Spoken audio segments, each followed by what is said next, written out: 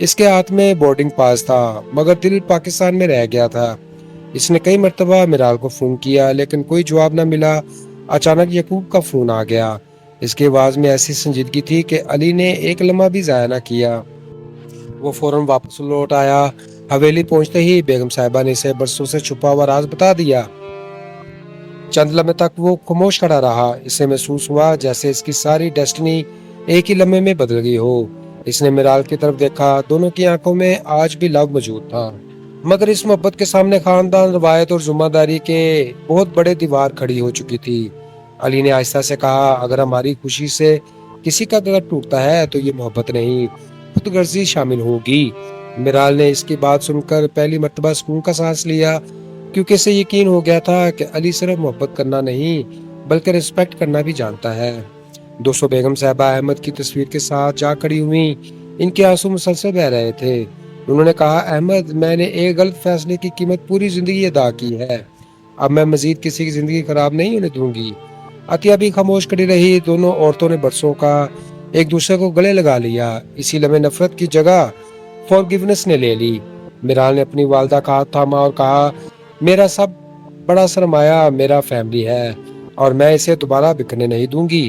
دوستو، علی نے بھی فیصلہ کر لیا کہ وہ اپنی خواہشات سے زیادہ دوسروں کی خوشی کو اہمیت دینا چاہتا ہے، کیونکہ اصل سیکریفائس وہی ہوتی ہے جس میں انسان اپنے دل کو خاموش کر دے۔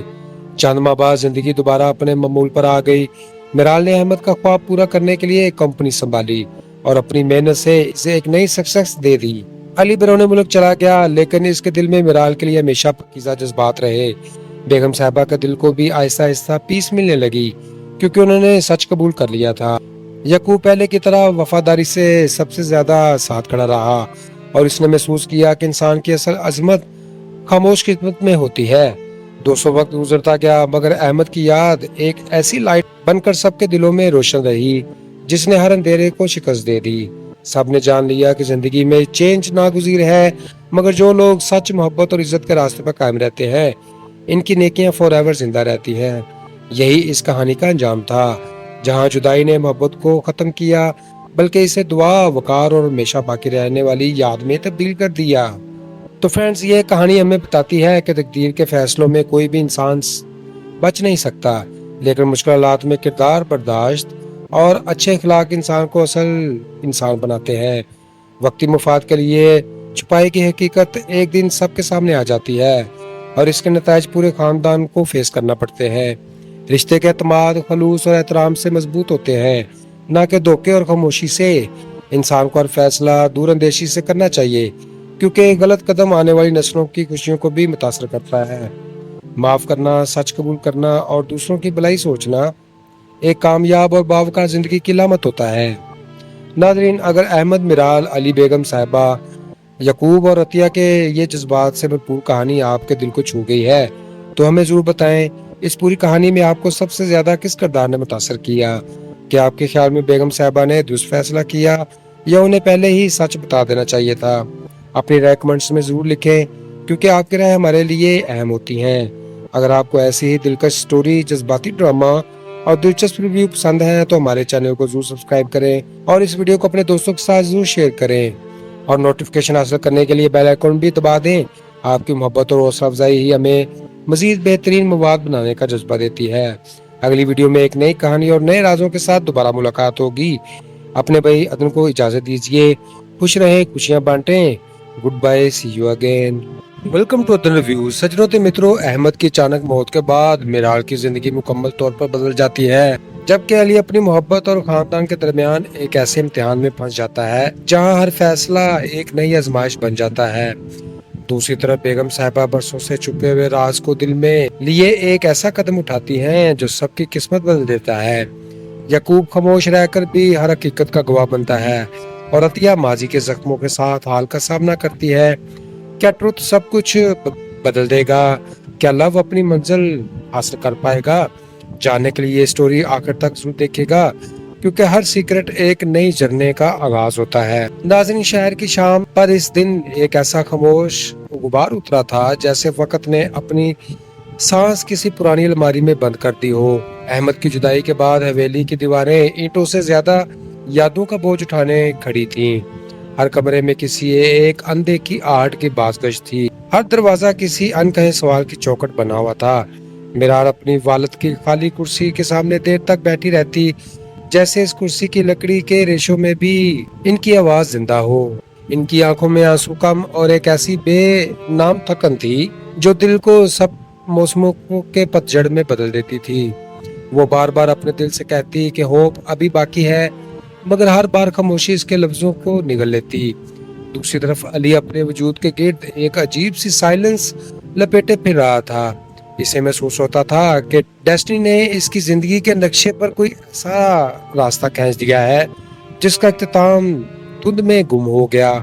وہ میرال کو ہر تکلیف کو اپنا درد سمجھتا تھا، مگر اس کے دل میں چھپا ہوا سیکرٹ اسے ہر لمحے بے قرار رکھتا تھا۔